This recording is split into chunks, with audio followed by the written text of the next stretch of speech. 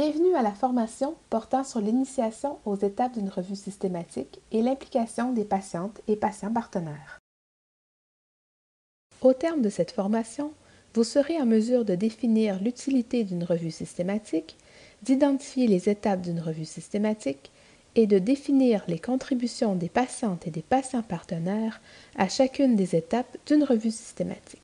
Pour l'atteinte de ces objectifs, nous allons suivre attentivement une discussion entre Marie, une patiente vivant avec le diabète de type 2, et Rose, une chercheuse en recherche avec et pour les patients. Bonjour Rose, merci de m'avoir accordé du temps pour discuter de la revue systématique. J'aimerais savoir, qu'est-ce qu'une revue systématique? Une revue systématique, c'est une synthèse de connaissances qui sont tirées des savoirs scientifiques, comme des articles scientifiques ou des données statistiques, des savoirs contextuels, comme les livres ou les rapports, et des savoirs expérientiels, comme les bases de données ou des articles de revue. Tout cela dans le but de répondre à une question de recherche. Cette diversification des sources d'information vise à rassembler les données probantes. Qu'est-ce qu'une donnée probante? Les données probantes sont définies comme étant des données agréées basées sur les meilleures données disponibles dans le but de répondre à une question de recherche. Si je comprends bien, une revue systématique s'effectue en plusieurs étapes? Effectivement, une revue systématique comprend plusieurs étapes. L'étape 1 consiste à définir la question de recherche en informant les patients des questions qui émanent de la revue. Cette consultation a pour but de les impliquer au processus de priorisation des besoins. L'étape 2 consiste à élaborer la stratégie de recherche. Il s'agit ici d'une combinaison structurée de mots-clés jugés pertinents issus de la question de recherche de la revue et pouvant permettre d'identifier les études d'intérêt dans différentes sources de données. Par exemple, le traitement, la procédure, le service, le programme, l'exposition, le test diagnostique ou toute autre intervention au phénomène auquel on s'intéresse. L'extraction des données est l'étape numéro 3. On se réfère ici au type de comparateur auquel on souhaite comparer l'intervention. Il peut s'agir de soins usuels ou encore d'une liste d'attente pour une autre intervention. L'étape 4 est l'étape d'évaluation de la qualité des études. Cette étape consiste à évaluer le degré de confiance à accorder aux résultats des études retenues. L'étape numéro 5 est l'étape de la synthèse et de l'interprétation des données. Cette étape consiste à analyser les données extraites et de faire une synthèse des résultats obtenus qui peut prendre une forme narrative, quantitative ou mixte. Chacune de ces étapes est définie selon les éléments PICO. P pour population ou problème, c'est-à-dire le type de population qui nous intéresse ou le problème de santé auquel on s'intéresse.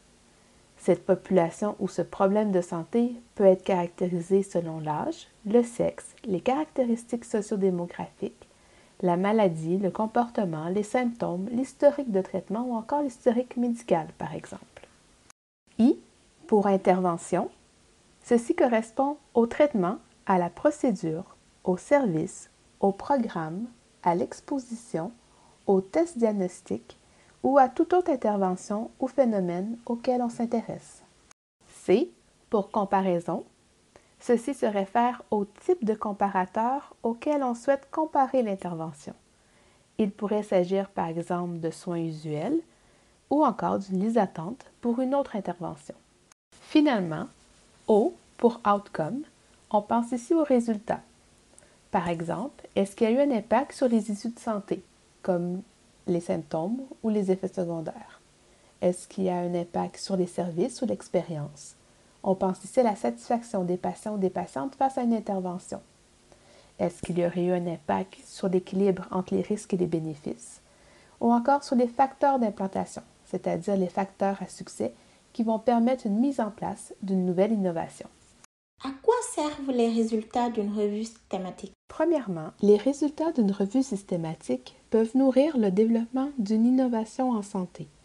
Par exemple, nous pouvons penser à l'intégration de la gestion de cas par le personnel soignant dans l'accompagnement des patients atteints de maladies chroniques dans le projet Visage.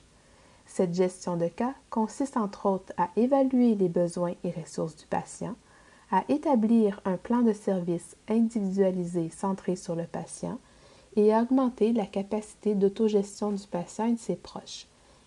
Elle s'appuie sur la trajectoire de soins des patients. Deuxièmement, les résultats d'une revue systématique peuvent aussi améliorer les méthodes de recherche. Par exemple, nous pouvons penser à la co-construction de guides d'entrevue avec les patients et à la tenue des entrevues avec eux. Cela nous assure une meilleure compréhension de la question de recherche et contribue à l'augmentation du nombre de participants au projet de recherche. D'ailleurs, pour le projet F2PL, le recrutement des patients par les patients a permis d'atteindre le nombre maximum de participants recherchés. Troisièmement, les résultats d'une revue systématique peuvent aussi nous guider dans une prise de décision éclairée par l'intermédiaire d'outils d'aide à la décision. Ces outils d'aide à la décision s'appuient sur les données scientifiques et les trajectoires de soins des patients afin d'engager une discussion et de choisir la meilleure solution pour la patiente ou le patient. Nous pourrions ici aussi penser aux décisions de priorisation pour la vaccination contre la COVID-19. Le gouvernement a basé ses décisions sur les données probantes. De plus, ces données peuvent permettre d'émettre des recommandations pour l'amélioration d'un comportement de santé, l'amélioration d'une pratique clinique ou en gestion en santé et services sociaux, comme le port du masque et le lavage des mains. En somme, les résultats d'une revue systématique permettent de prendre la meilleure stratégie pour une meilleure santé des citoyens. D'où l'importance d'impliquer les patients dans toutes les étapes de la revue systématique. Que pourraient apporter les patients dans une revue systématique? Leur implication permet de tenir compte de leur expérience de soins pour l'amélioration de la qualité des services offerts, de leur expérience associée à leurs conditions de maladie pour une meilleure gestion des traitements et d'ainsi soutenir les chercheuses et les chercheurs vers la meilleure stratégie de recherche. Si je décidais de m'engager en recherche, quel serait mon rôle en tant que patiente dans les différentes étapes d'une revue systématique? Ta participation en tant que patiente partenaire pourrait s'effectuer à différents niveaux. Tu pourrais recevoir de l'information sur le projet, être consulté sur un sujet donné, collaborer ou encore prendre une part plus active en tant que partenaire à la recherche. Tu serais alors intimement impliqué auprès du chercheur tout au long du projet de recherche, dès sa conception jusqu'à la diffusion des résultats.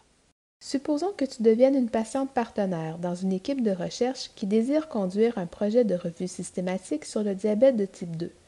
Tu auras tout d'abord à exprimer ton avis sur la pertinence de la question de recherche grâce à ton expérience de la maladie. Par la suite, tu pourrais participer à l'analyse et à la priorisation des besoins. Ces actions influenceront le choix définitif de la question de recherche pour votre équipe, qui s'appuiera alors non seulement sur les savoirs théoriques, mais aussi sur les savoirs expérientiels grâce à ton implication.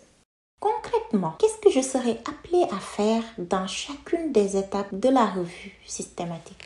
Après consensus, la question de recherche qui pourrait être tenue pourrait être, par exemple, quelles sont les interventions visant à améliorer l'adhésion au traitement médicamenteux par les patients souffrant de diabète de type 2. Tu participeras alors à l'élaboration de la stratégie de recherche qui consiste à définir les lignes directrices de la recherche en révisant les mots-clés identifiés par les membres de l'équipe, tels que intervention, adhésion au traitement médicamenteux, diabète de type 2, et aussi en participant à la validation des articles jugés pertinents pour traiter le sujet selon des critères que vous aurez à identifier ensemble. Ces données seront ensuite évaluées afin de s'assurer de leur fiabilité.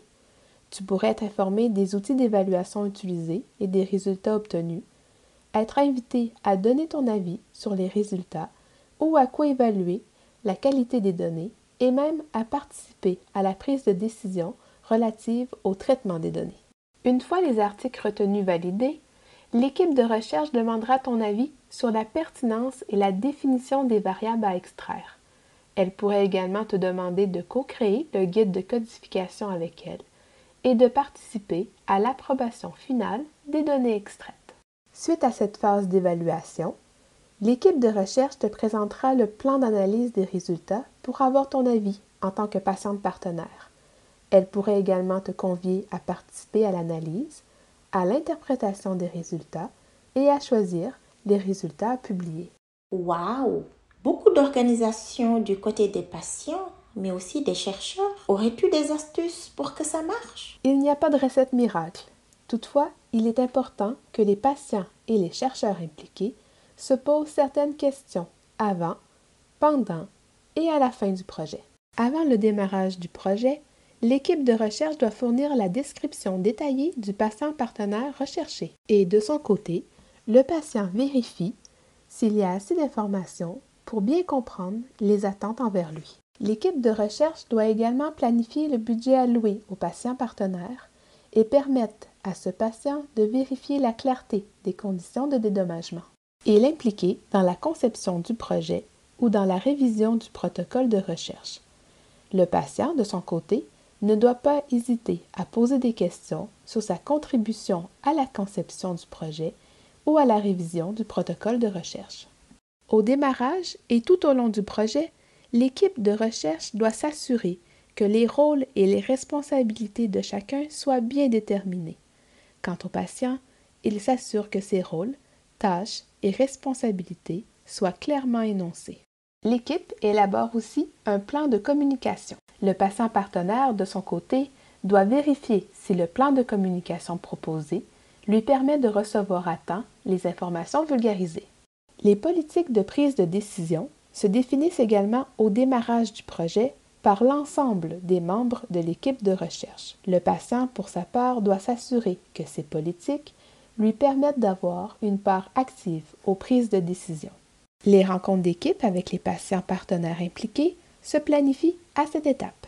À la fin du projet, l'équipe réfléchit aux activités de diffusion ou de dissémination des résultats du projet de recherche et le patient s'assure que ces activités rejoindront également les patientes et les patients. En conclusion, le succès d'une revue systématique impliquant un patient partenaire repose aussi bien sur la volonté des chercheurs que celle du patient.